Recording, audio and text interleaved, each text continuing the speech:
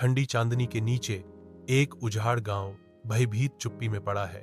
ग्रामीण छाया की तरह छिपे हुए हैं। रोही घोड़े पर सवार होकर खाली सड़कों पर आती है।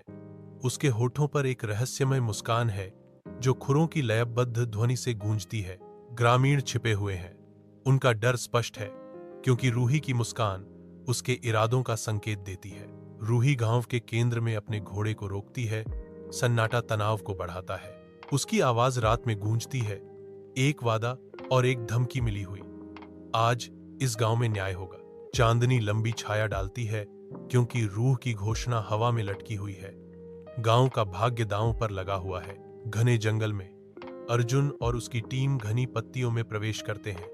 उनका मिशन नम हवा और अर्जुन के जलते संकल्प से प्रेरित है। अर्जुन का चेहरा दृढ़ संकल्प से कठोर हो जाता है क्योंकि वह आज्ञा देता है, रूही को खोजो, मृत या जीवित। रूह की एक झलक एक हताश पीछा शुरू करती है। उनका पीछा पेड़ों से गूंजता है। टीम घने जंगल से गुजर रही है। जैसे जैसे पीछा तेज होता है, पैरों के निशान धरती पर पड़ते हैं। एक भयंकर मुठभेड़ मंडरा रही है।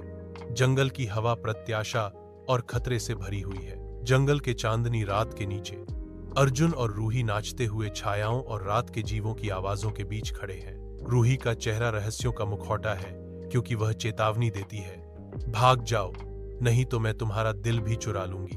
अर्जुन बिना डरे करीब आता है। तुमने पहले ही मेरा दिल चुरा लिया है, अब केवल हथकड़ी ही बची है।